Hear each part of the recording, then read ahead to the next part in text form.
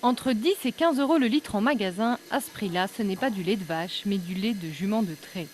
Dans la ferme bio de Julie et Étienne à Neuville-Pressé, dans l'Orne, une jument ne livre que 5 à 7 litres de lait par jour, 5 fois moins que sa cousine bovine. Et attention, pas dans n'importe quelle condition, elle ne donne son lait qu'en présence de son poulain et dans un climat apaisant. Alors chacun apprend à ne pas contrarier ces dames à l'heure de la traite.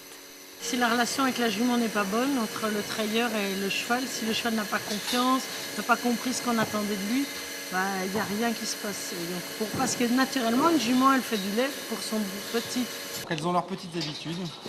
Et dès qu'on les change, dès qu'on les bouleverse un petit peu, la première sanction, c'est la traite suivante, on appelle.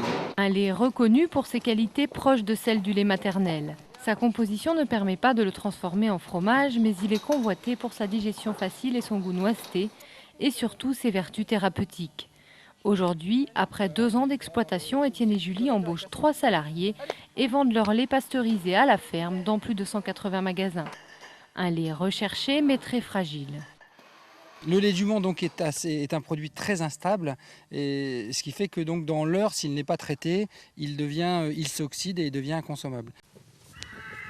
Avantage en revanche, il ne faut traire les juments que 5 jours sur 7, ce qui permet de se reposer le week-end. Enfin, sauf s'il y a un poulinage.